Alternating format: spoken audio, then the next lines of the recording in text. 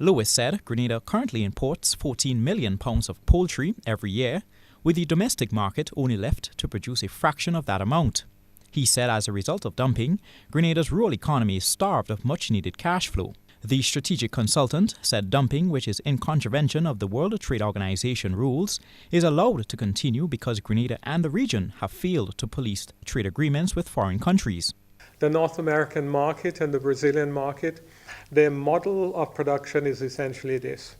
They make their money from the breasts, the chicken breast and the wings, which they call the white meat. So the brown meat, which is like the back and neck, the kind of legs, etc. Now what they do is that they sell that to Grenada below the cost of production. When they do that, what happens to the Grenada farmers is essentially this. The Grenadian farmers is not able to compete with a product that's being sold below the cost of production. Lewis says the government must now take note of what is happening in Barbados, which he said was among the few countries that protected the local market.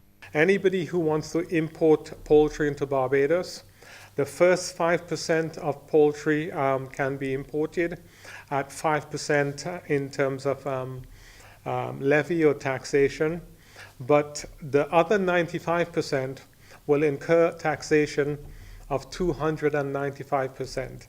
The issue of disparities in trade experienced throughout the region was addressed by the governor of the Eastern Caribbean Central Bank, Sir Dwight Venner, during a recent visit to Grenada.